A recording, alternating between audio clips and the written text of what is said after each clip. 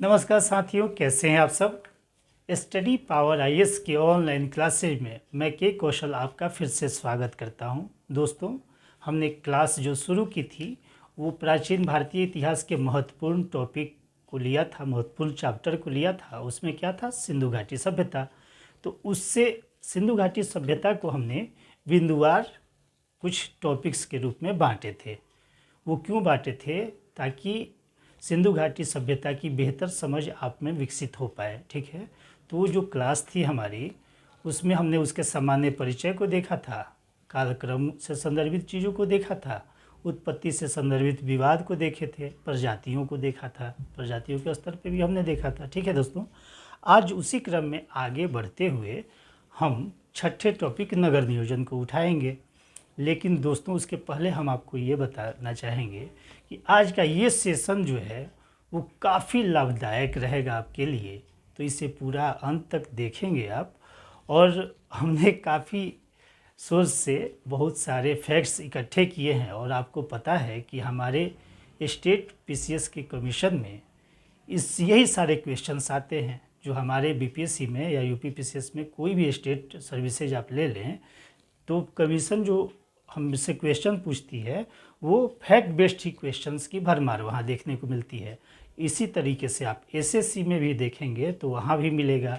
IBPS या NDPC या अन्य कोई भी एग्जामिनेशन, अभी बिहार दरोगा का भी एग्ज़ाम होने वाला है, उसमें हड़प्पा से जो भी क्वेश्चंस पूछे जाएंगे वो ज़्यादा प्रधानता जो रहेगी वो यहीं से रहेगी, मतलब फैक्ट बेस्ड क्वेश्चन पूछे जाएंगे। ठीक है, तो आज का सेशन जो है वो फैक्ट बेस्ड रहेगा, इसीलिए मैंने कुछ यहाँ पे फैक्ट लिख दिए हैं ताकि कोई चीज़ मिस ना हो पाए। ठीक है दोस्तों, तो चलिए हम सीधे आते हैं अपने नगर नियोजन टॉपिक की तरफ। तो इसमें जो है हमारा छठा टॉपिक जो था वो क्या था? नगर नियोजन। ठीक है, तो सिंधु घाटी सभ्यता का नगर नियोजन, ये आप पहला पॉइंट इस पे ये जानें कि ये ग्रिड पद्धति पे आधारित नगर यहाँ पे थे। जो भी 8-9 बड़े नगर हैं वो ग्रिड पद्धति पे आधारित नगर हैं यहाँ पे। ठीक है, तो ग्रिड पद्धति क्या होती है दोस्तों? आपने शतरंज देखा होगा, उसमें खांदे खांदे बने होते हैं। ठीक है, तो ग्रिड पद्धति उसी को बोलते हैं। तो यहाँ के जो नगर हैं वहाँ पे जो नगर नियोजन हुआ है, तो यहाँ पे जो है आपको शतरंज के बिसात की आकार की प्रतिकृति देखने को मिलती है, जाल के आकार की प्रतिकृति आपको यहाँ पे देखने को मिलेगी। ठीक है दोस्तों, चलिए ये तो पहला पॉइंट हुआ। दूसरा पॉइंट ये हुआ कि इसमें सड़कों के रूप में, इसमें क्या है कि सड़कें जो हैं वो कैसी थी वो देखते हैं हम। तो सड़कें जो हैं ये सभी जगह पे, ये सड़कें जो हैं वो समकोण पे काटती हुई सड़कें यहाँ देखने को मिलती हैं। ठीक है, समकोण पे काटती हुई सड़कें यहाँ देखने को आपको मिलती हैं नगरों से। तो कैसा था ये देखते हैं इसको थोड़ा। ये जैसे ये है, ये रोड हो गया। ठीक है, मतलब ये सड़क होगी, तो सड़कें जो है समानांतर हैं, और यहीं पे यहाँ आपको भवन मिलेंगे, मतलब मकान यहाँ बने हुए मिलेंगे। इसके चारों बगल जो है यहाँ पे भवन मिलेंगे। देखिएगा बीच में भी भवन मिलेंगे आपको। ठीक है दोस्तों, तो ये एक चीज़ हो गया। अब देखिए दोस्तों, यहीं पे आप अगर इसको आप देखना है, सब जगह सड़कें क्या है, समकोण पे काटती हुई हैं। लेकिन आप देखेंगे बनावली एक जगह है, बनावली से बहुत सारी चीज़ें मिली हैं, लेकिन बनावली में मुख्य रूप से यही दोनों चीज़ें मिली हैं। जैसे शतरंज की बिसात की मैंने बात की, तो स्पष्टता साक्ष्य जो है वो बनावली जो हिसार हरियाणा में है, जिसकी खोज 1973-74 में आर.एस. बिष्ट ने की थी, वहाँ पे स्पष्टता साक्ष्य नगर से संदर्भित मिलता है हमें शतरंज की आकृति के आकार की। ठीक है, और वहीं से जो है समानांतर सड़कें हमें मिलती है। वो एक अपवाद है, यहाँ पे आपको क्वेश्चन ये बन गया। ठीक है, कि वहाँ पे क्या है कि समानांतर सड़कें मिलती हैं, और शतरंज की आकृति जो है उसकी प्रतिकृति वहाँ पे स्पष्टता मिलती है। ठीक है दोस्तों, चलिए अब हम आते हैं, और ये विशिष्टता देखिए, ये मैं बताना भूल गया, ये नगर नियोजन ही विशिष्ट पहचान हमारे सिंधु घाटी सभ्यता की रही है, जो समकालीन वैश्विक सभ्यताओं में इसको सबसे विशिष्ट बनाती हैं, सबसे विशिष्ट दर्जा इसे प्रदान करती हैं। और ये समकालीन विश्व की सभ्यताएं जो भी आपने देखी होंगी, मेसोपोटामिया की सभ्यता, मिस्र की सभ्यता, चीन वांगो नदी के पास जो विकसित सभ्यता या सुमेरियन सभ्यता, तो ये सारी सभ्यताओं में हमारी जो सभ्यता है वो काफ़ी विशिष्ट इन मतलब नगर नियोजन में रही है। ठीक है दोस्तों, चलिए तो हमने सड़कें भी देख ली। अब इसकी एक अन्य विशिष्टता क्या है कि नालियों से संदर्भित विशिष्टता। नालियाँ, यहाँ की नालियाँ जो है बहुत ही व्यवस्थित ढंग से बनाई हुई हैं दोस्तों। ठीक है, आप देखेंगे यहाँ की नालियाँ, तो जो उसके साक्ष्य मिले हैं वो अभी वर्तमान समय की नालियों से उसकी साम्यता देखने को मिलती है। हालांकि अभी तो काफ़ी एडवांस रूप में बनाई जाती है, लेकिन फिर भी वहाँ पे आप टेक्नोलॉजी के रूप में देखिएगा तो वहाँ पे भी इसी तरह की व्यवस्था बनाई गई थी। ठीक है, जैसे नालियाँ कैसे निकलती हैं आप देखिएगा, जैसे मान लें कोई घर हो गया यहाँ, ठीक है, और ये घर हो गया मान लें, तो यहाँ से जो नालियाँ निकली तो ये नालियाँ जो है ये ऐसे निकलती हैं, और ये जो रोड जो सड़क भी बना है यहाँ के यहीं से जो है ऐसे गई हैं। ठीक है दोस्त, तो ये यहाँ पे गई है, और नालियों में बीच बीच में जो है वो मेन होल भी बने हुए हैं। ठीक है, और मेन होल क्यों बने हुए हैं आप अभी भी देखेंगे। जैसे मान लें वेस्ट जो निकलता है और उसमें जो है अगर पानी के रूप में निकल रहा है तो वो तो अबाधित रूप से चला जाएगा, लेकिन अगर कुछ वेस्ट वहाँ पे बड़े फंस जाते हैं तो वहाँ पे जो पानी जो होती है मतलब पानी का जो बहाव होता है वो बाधित हो जाती है। ठीक है, तो ये मेन होल जो है बनाए जाते थे, यहाँ यहीं से ये मेन होल का ढक्कन हटा के उसको साफ़ कर लिया जाता था। ठीक है, और इस नालियों में आप देखिएगा तो कच्ची ईंटों का प्रयोग किया जाता था।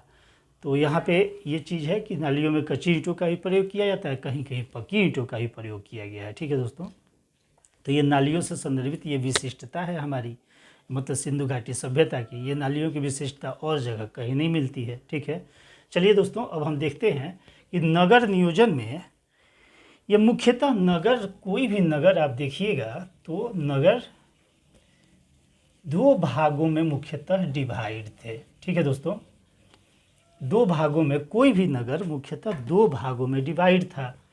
नगर जो थे वो दो भागों में डिवाइड थे। एक को बोलते थे एक पश्चिमी क्षेत्र था, एक पूर्वी क्षेत्र था। पश्चिमी क्षेत्र को दुर्ग या टीला बोलते थे। ये पश्चिमी क्षेत्र क्या हुआ करता था, दुर्ग हुआ करता था, और ये क्या हुआ करता था, रिहायशी इलाका हुआ करता था। तो ये दुर्ग को देख के ये इतिहासकारों के द्वारा ये मत लगाया गया कि यहाँ पे जो है वो शासक वर्ग रहा करते होंगे या समृद्ध लोग यहाँ पे रहा करते होंगे, क्योंकि यहीं से आपको प्रशासनिक भवन भी मिलेंगे, यहीं से आपको अन्नागार की भी प्राप्ति होगी, यहीं से आपको भंडारागार की भी प्राप्ति होगी, यहीं से आपको विशाल स्नानागार की भी प्राप्ति होगी। ठीक है दोस्तों, यहीं से जो है आपको पुरोहित आवास वगैरह भी मिलेंगे। ये क्षेत्र पश्चिमी क्षेत्र से मिलेंगे। ठीक है दोस्त, तो अब देखिए पूर्वी क्षेत्र क्या हुआ करता था कि पूर्वी क्षेत्र जो है वो रिहायशी इलाका था। इसमें सामान्य जनता रहती थी, जैसे व्यापारी, कारीगर, शिल्पी, वणिक, ये सारे लोग जो किसान, ये सारे लोग जो थे वो पूर्वी क्षेत्र में रहा करते थे। एक अंतर यहाँ पे ये है कि ये पश्चिमी क्षेत्र था अपेक्षाकृत इससे छोटा हुआ करता था, और पश्चिमी क्षेत्र में जो दुर्ग बनाए जाते थे वो मिट्टी, कच्ची मिट्टी से उसको घेरने की प्रवृत्ति थी, और उसके आगे पक्की ईंट से उसको सजा दिया जाता था, मतलब पक्की ईंटों का घेरा दे दिया जाता था। ठीक है, तो जैसे मान लें ये दुर्ग है, इसके चारों ओर क्या करते थे, ये कच्ची ईंटें प्रयोग करते थे, और उसको जो है ये क्या करते थे कि पक्की ईंटों से घेर दिया करते थे। ठीक है दोस्तों, तो चलिए ये इसी को देख के इतिहासकारों के द्वारा लगाया गया एक कयास, लेकिन ये चीज़ें जो हैं वो पूरे तरीके से साबित नहीं है। लेकिन हाँ, ये ज़रूर कहा जा सकता है कि यहाँ पे समृद्ध वर्ग रहते थे। शासकों की अभी चर्चा ये नहीं यहाँ पे कहीं भी मिलेगी कि शासक वर्ग की उपस्थिति वहाँ थी। ठीक है दोस्तों, चलिए तो ये हमने देख लिया नगर से संदर्भित चीज़ों को। अब इसमें महत्वपूर्ण कुछ चीज़ें आती हैं, इसमें स्थापत्य कला जो भवन निर्माण से संदर्भित चीज़ें। ठीक है, तो भवन निर्माण, चलिए यहाँ पे 2-3 क्वेश्चन देख लेते हैं हम नगर से संदर्भित जो दुर्ग में। तो आप देखिएगा तो 2-3 जगह ऐसा मिलेगा जहाँ पे आपको ये प्रवृत्ति जो है वो नहीं दिखाई देगी। जैसे लोथल एक जगह है, इसको नोट डाउन भी करते चले दोस्तों। ये मैंने बहुत सारे सोर्स से ये सारे फैक्ट्स निकाले हैं, ये चीज़ें मिलती नहीं है कहीं एक जगह, ठीक है। तो आपके कोई भी क्वेश्चंस आप विश्वास रखें, किसी भी तरीके के क्वेश्चंस फैक्ट बेस्ड आते हैं तो ये सेशन के बाद आप कोई भी क्वेश्चन जो है आपकी छूट नहीं पाएगी, ठीक है। तो लोथल से क्या है कि एकल विभाजन मिला है, एकल विभाजन, ठीक है। चान्होदारो से क्या है, चान्होदारो से कोई भी भाग दुर्गीकृत नहीं है, मतलब दुर्गीकरण यहाँ पे नहीं है, ठीक है, दुर्गीकरण यहाँ नहीं है, ठीक है। उसके बाद में कालीबंगा को देखेंगे, कालीबंगा का वो दोनों भाग जो है ना ये दुर्गीकृत है। यहाँ दुर्गीकरण जो किया गया है दोनों भागों का, ऊपरी हिस्सा और निचले हिस्सा दोनों को किया गया है, ठीक है। चलिए अब देखते हैं हम धौलावीरा की बात करते हैं। तो धौलावीरा में त्रिस्तरीय विभाजन यहाँ पे देखने को मिलेगा, ठीक है दोस्तों।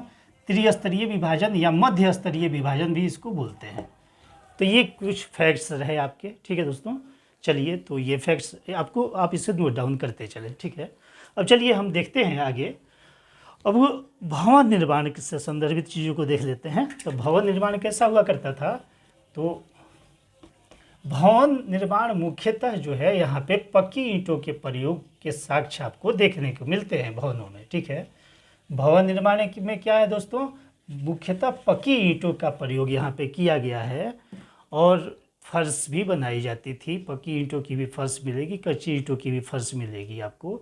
भवन जो हुआ करते थे वो भवन में आप देखेंगे आगे चल के स्वर्गटारा वगैरह में, तो वहाँ पे भवन को मिट्टी से भी आगे लेपा जाता था। भवन अलंकरण पे ज़्यादा इनका जोर था, मतलब अलंकृत भवन ये बनाया करते थे। अलंकरण सुंदरता के लिए, सौंदर्यता के लिए ये भवन पे अलंकरण किया करते थे।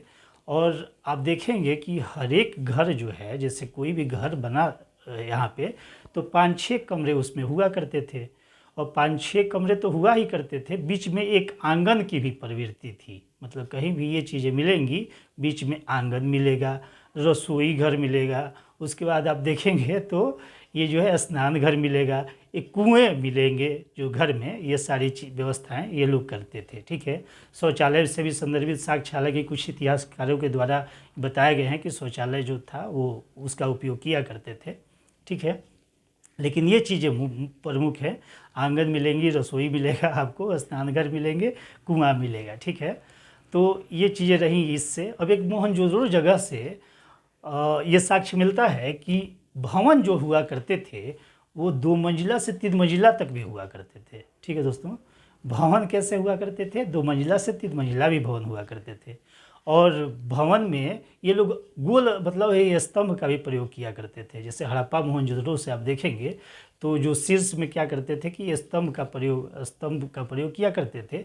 लेकिन जो वो शीर्ष बनाया करते थे उसमें भी एक क्वेश्चंस है, ये यूपीएससी में एक बार क्वेश्चन पूछा हुआ है कि जो इसके शीर्ष हुआ करते थे ना वो आयताकार तो होते थे, आयताकार, वर्गाकार भी होते थे, लेकिन कोई भी ऐसा शीर्ष ऐसा नहीं मिला है जो गोलाकार हो। ये चीज़ें जो है मेसोपोटामिया में थी, ये चीज़ें यहाँ पे नहीं है। तो हमने ये अंतर बताया आपको, ठीक है दोस्तों। तो भवन से निर्माण से संदर्भित, अब हमने एक मोहनजोदड़ो की चर्चा की है।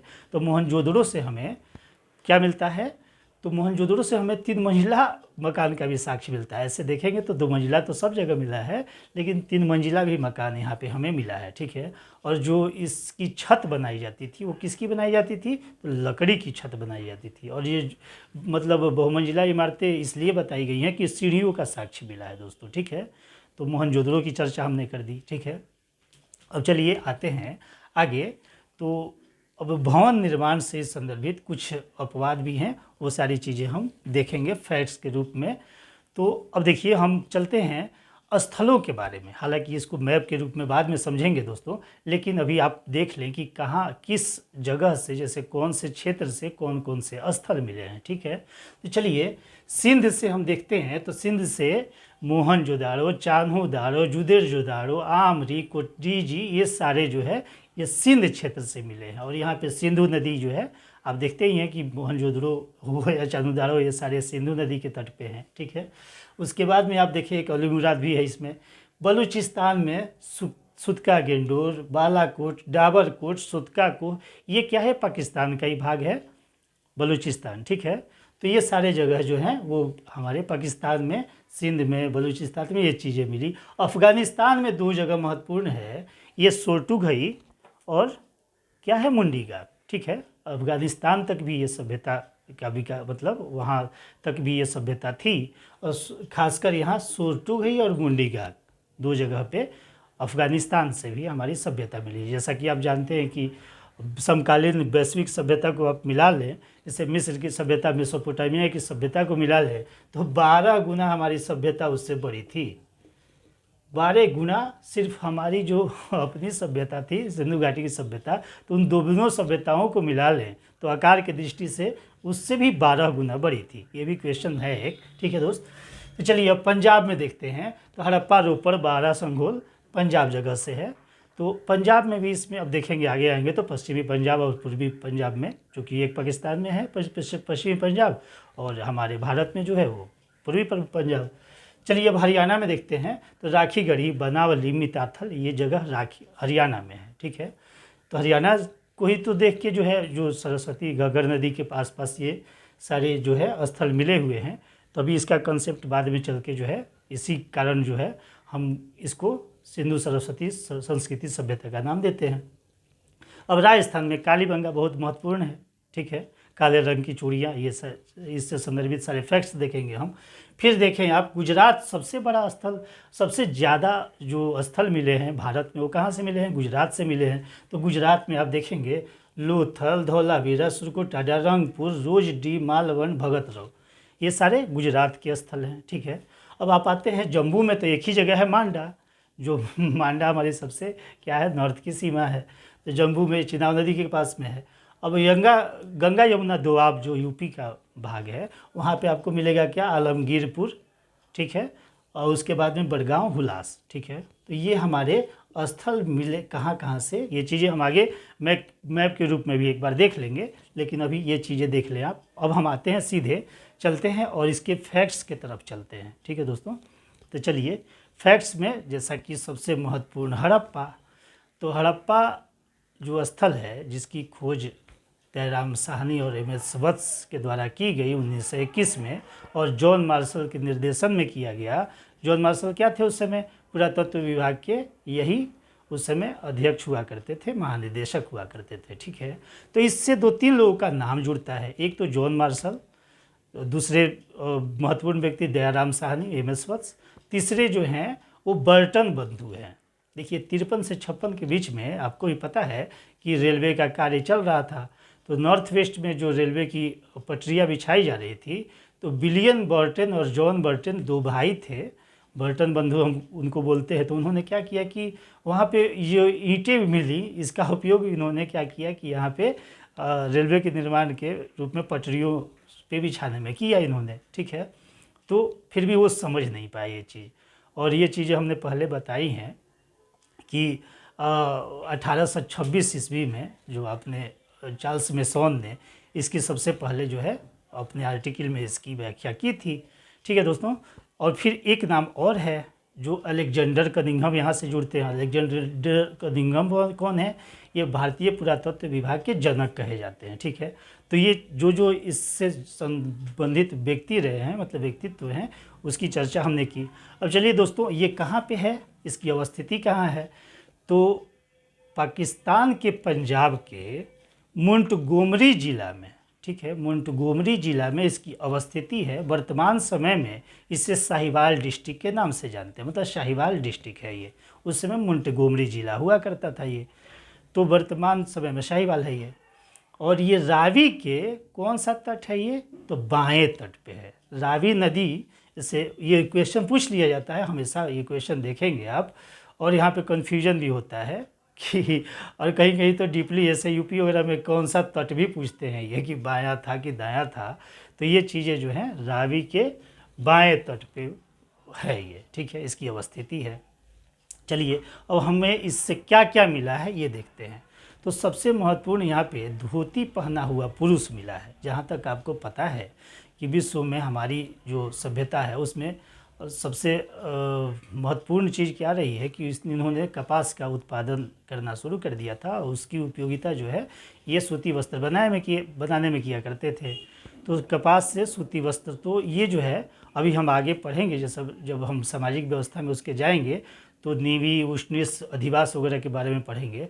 तो अब जो है पुरुष क्या किया करते थे कि नीचे क्या पहना करते थे, तो धोती पहनते थे। ये जो है इंगित करती हैं ये बातें, ठीक है। अब क्या क्या मिला है हमें, यहाँ से मछुआरा का साक्ष्य मिला है, मतलब मोरों पे मछुआरा। यहाँ पे शंख का बैल मिला है, ठीक है। देखिए ये सारे आप जो है नोट डाउन करते चले, चूँकि ये दिखेगा नहीं उतना, तो हम बता रहे हैं आपको, ये नोट डाउन करते चले, ठीक है। ऐसा ना हो तो हम 2 क्लास में कर लेंगे इसको, ठीक है, लेकिन सारी चीज़ें आप नोट डाउन कर लें। तो क्या क्या क्या मिला, तो शंख का बैल मिला है। यहाँ पे नटराज की नृत्य मुद्रा की सेलखड़ी पत्थर से बनी हुई जो प्रतिकृति मिली है। जो इसकी प्रतिकृति जो नटराज आप देखते हैं, आज भी आपको नटराज की प्रतिकृति मिलेगी, लेकिन इसका प्राचीनतम रूप हमें हड़प्पा से देखने को मिलता है, ठीक है दोस्तों। यहाँ पे श्रमिक आवास मिले हैं, तो श्रमिक आवास मिले हैं यहाँ पे, तो दो कमरों में जो है 15 आवास यहाँ पे मिले हैं। और यहाँ पे चबूतरे भी मिले हैं, जो वृत्ताकार चबूतरे हुआ करते थे। तो इतिहासकारों के द्वारा ये लगाया गया कि ये जो है यहाँ पे श्रमिकों के आवास थे, और श्रमिक से ही संदर्भित ये स्थल था, ठीक है। तो चलिए अब यहाँ पे तांबे की इक्का गाड़ी मिली है, ठीक है, तांबे की इक्का गाड़ी मिली है। यहाँ से कांसे का दर्पण मिला है, ठीक है दोस्तों, कांसे का दर्पण मिला है। यहाँ से स्त्री के गर्भ से निकलता हुआ पौधा मिला है। स्त्री नंगी है, वो उल्टा भी है, और वो पौधा मिलता है। तो ये प्रकृति के तरफ जो है उर्वरता का ये सूचक है, ठीक है। तो स्त्री के गर्भ से निकलता हुआ पौधा हमें उसकी प्रतिकृति यहाँ पे मिली है।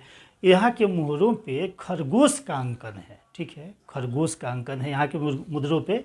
यहाँ पे R37 ये क्या है, सिमेट्री, मतलब समाधान कब्रिस्तान है ये, R37 कब्रिस्तान है ये, तो यहाँ से ये मिला है।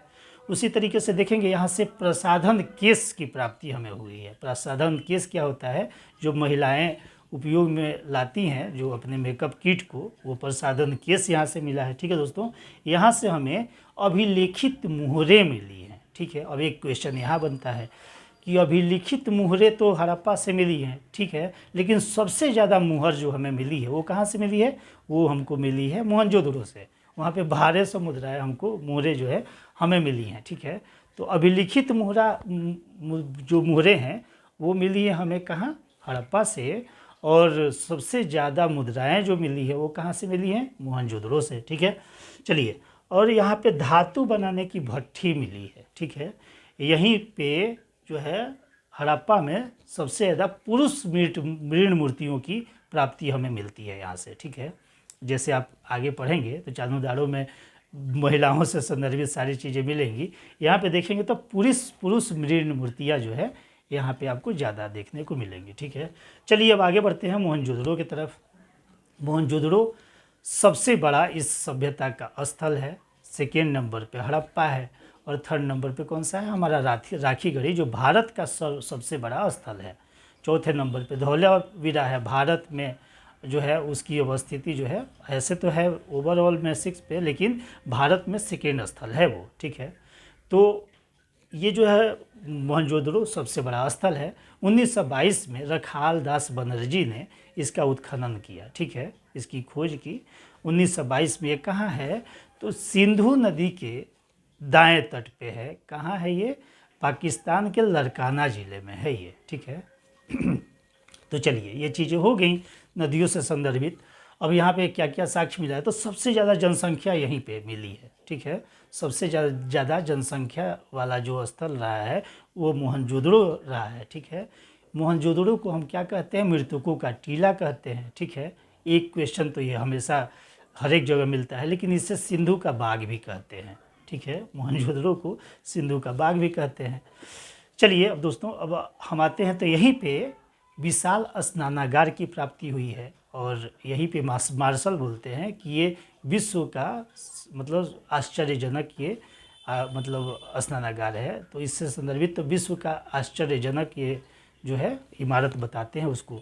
फिर इस यहाँ से अन्नागार की प्राप्ति हुई है, जो कि पूरे सैंधव सभ्यता में सबसे बड़ी इमारत अगर क्वेश्चन पूछता है कि कौन सी रही है तो ये अन्नागार है। ठीक है, तो ये इसके बारे में जो है व्हीलर कहते हैं सबसे बड़ी इमारत, तो व्हीलर के द्वारा ही ये कहा गया अन्नागार है। ठीक है, यहीं से आपको सभागार मिलेगा, पुरोहित के आवास मिलेंगे, यहाँ से महाविद्यालय की भी प्राप्ति होती है। ठीक है दोस्तों, तब महाविद्यालय भी यहाँ से मिला है। इसके भवन में जो प्रवेश के द्वार थे वो उत्तर में और दक्षिण में हुआ करते थे। ठीक है, चलिए यहाँ से हाथी कपाल मिला है, हाथी का कपाल मिला है यहाँ से सेलखड़ी की बाट मिली है। ठीक है, तो सेलखड़ी की बाट यहाँ से मिली है। यहीं से आपको खिलौना के रूप में हाथ और सर हिलाता हुआ बंदर मिला है। ठीक है, उसके बाद में आप देखेंगे तो यहीं पे कुम्हार के 6 भट्ठे की प्राप्ति हुई है यहाँ से। ठीक है, यहाँ से जो है यहाँ के स्मारक जो है वो गोल स्तंभ नहीं है, जो हमने पहले ही बता दिया है।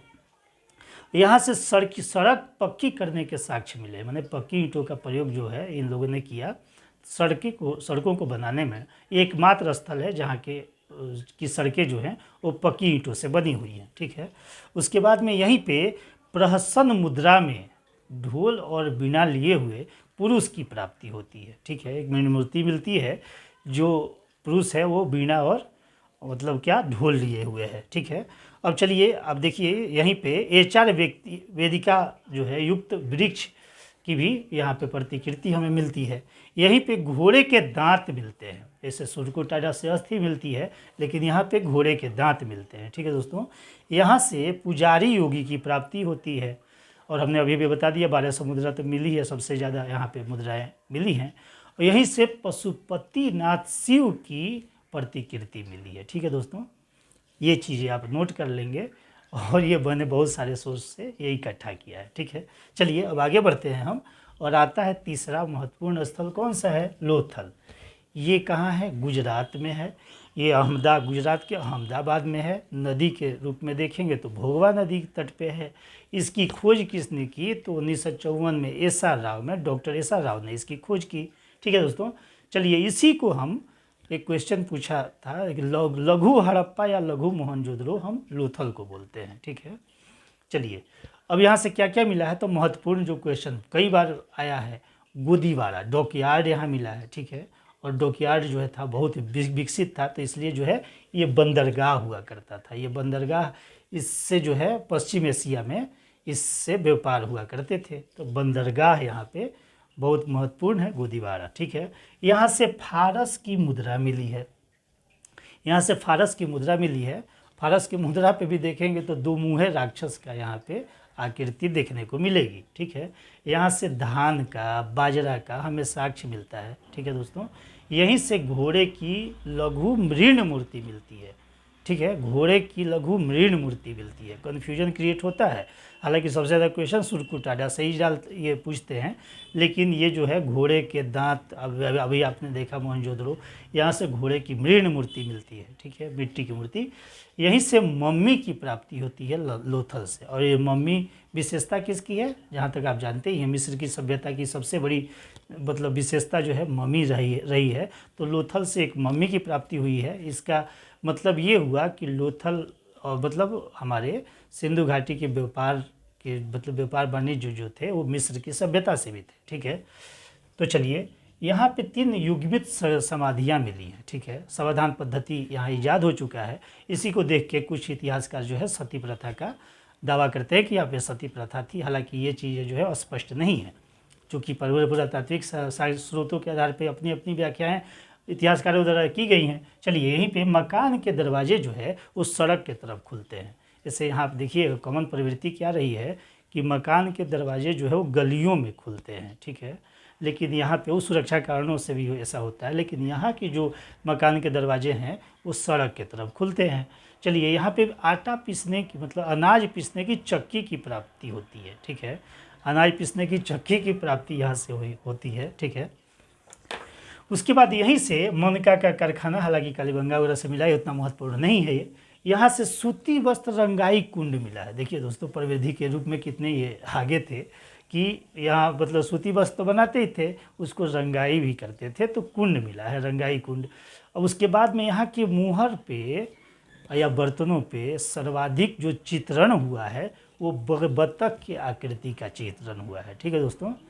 तो बत्तख आकृति यहाँ पे सबसे ज़्यादा मुहरों पे और उस पे बर्तनों पे मिलेगी। चलिए, अब यहाँ पे बहुत ही महत्वपूर्ण एक क्वेश्चन पूछता है, पंचतंत्र की चालाक लोमड़ी। पंचतंत्र की चालाक लोमड़ी आपने जाना, आप जानते हैं पंचतंत्र विष्णु शर्मा की महान पुस्तक है। तो ये जो है इसका साक्ष्य हमें, पंचतंत्र की चालाक लोमड़ी का साक्ष्य यहीं से जो है उसकी ऐसी प्रतिकृति मिली है, ठीक है।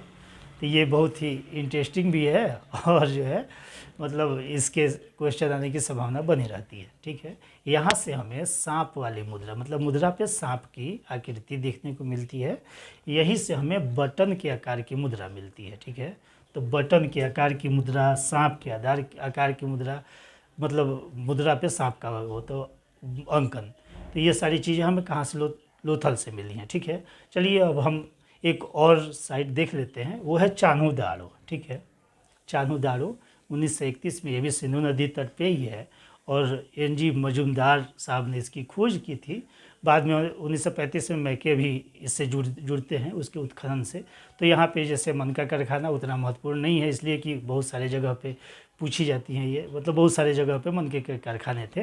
तो इसमें क्या है, सबसे महत्वपूर्ण है कि एक ईंट मिला है ऐसा, मतलब जिस पे बिल्ली जो है, बिल्ली का पीछा करता हुआ कुत्ता, उसके जो है पैरों के निशान वहाँ पे मिले हैं। तो ईंट पे बिल्ली का पीछा करता हुआ कुत्ते का निशान यहाँ से हमें मिलता है चान्हूदारों से। यही हमने अभी बताया कि महिलाओं से संदर्भित सबसे ज़्यादा साक्ष्य आपको यहीं से मिलेंगे। आप जो है यहाँ से देखेंगे तो लिपस्टिक भी मिलेगा, इत्र का बर्तन भी मिलेगा, काजल की भी यहाँ से प्राप्ति होगी, यहाँ से कंघा भी मिलेगा, ठीक है। सौंदर्य प्रसाधन जो है सबसे ज़्यादा यहीं से मिलते हैं, तो सौंदर्य प्रसाधन मिलेंगे। उसके बाद में आप देखेंगे तो 3 घड़ियाल यहाँ पे, जैसे घड़ियाल यहाँ पे मुद्रा, यहाँ के मुद्रा पे घड़ियाल और मछली के अंकन है। अब ये अलग चीज़ है, 3 घड़ियाल 2 मछली, ये चीज़ें नहीं, लेकिन घड़ियाल और मछली का अंकन को मुद्रा पे मिलेगा। यहाँ से वक्राकार ईंटें मिली हैं, ये कहीं और जगह से नहीं, यहाँ से वक्राकार ईंटें मिली हैं। और यहीं से मिट्टी की पकी हुई पाइप नुमा नाली की प्राप्ति यहाँ से हमें मिली है। एकमात्र एक जगह है चान्हूदारो जहाँ से हमें पकी हुई मिट्टी का जो है पाइप नुमा नाली मिलता है, ठीक है दोस्तों।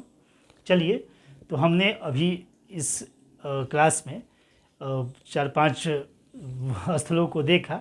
तो हमने, चूँकि अब आप भी जानते हैं कि स्थलों की संख्या 1400 से 1500 है, लेकिन जो महत्वपूर्ण स्थल हैं उसमें भी इंडिया में देखेंगे तो 925 है और उधर जो है 475 है। लेकिन जो महत्वपूर्ण स्थल हैं उसी से को हमने लिया है, उसमें वही 15-16 स्थलों के बारे में अभी हम पढ़ेंगे, ठीक है। और उसमें जो भी चीज़ें, जो भी साक्ष्य मिले हैं, जो हमारे एग्जामिनेशन के पॉइंट ऑफ व्यू से बहुत महत्वपूर्ण है, उसी को हमने यहाँ पे रखने का प्रयास किया है, ठीक है दोस्तों। तो हम नेक्स्ट क्लास में आपसे मिलते हैं फिर, हाँ। और यही चीज़ें जो हैं नेक्स्ट क्लास भी जो होंगी वो इससे ही संदर्भित होंगी, मतलब स्थलों से संदर्भित। उसके बाद में हम उसकी राजनीतिक व्यवस्था, सामाजिक, सांस्कृतिक और आर्थिक व्यवस्था को देखेंगे, ठीक है दोस्तों।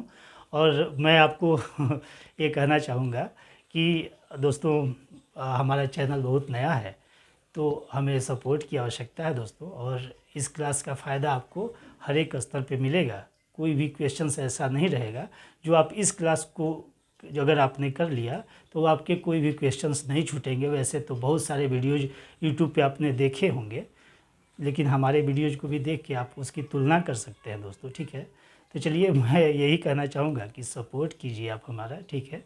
और सपोर्ट का मतलब ये है ही है, आप आपको पता ही है कि सब्सक्राइब कीजिए, इसको लाइक कीजिए और शेयर कीजिए। और दोस्तों किसी भी तरीके की आपको क्वेरीज हो या किसी भी तरीके से मतलब आपको जो है हमसे वार्तालाप करना हो या किसी बारे में जो है आपको किसी भी क्वेश्चन पे भी आपको वो हो तो आप जो है और या आप जो है कोई सुझाव देना चाहें हमें, तो मैं आपको अपना नंबर देता हूँ। इस नंबर पे आप डायरेक्ट हमसे बात कर सकते हैं दोस्तों। और बातें सिर्फ इस मतलब सब्जेक्ट पे ही नहीं, आप रणनीति से भी संदर्भित चर्चा हम पे कर सकते हैं, ठीक है। तो मैं आपको नंबर दे देता हूँ, ये मेरा नंबर है। ऐसे तो हम इसको इनबॉक्स में भी डाल देंगे, लेकिन फिर भी दोस्तों मेरा नंबर ये है 9907883889। इसी पे मेरा व्हाट्सएप भी है, इसी पे मेरा सब चीज़ है, ठीक है दोस्तों। तो ये मेरे नंबर है, आप जो है हमसे कभी भी कंसल्ट कर सकते हैं, ठीक है दोस्तों। चलिए फिर नेक्स्ट क्लास में मिलते हैं और तब तक के लिए आपसे विदा लेना चाहेंगे। Thank you so much.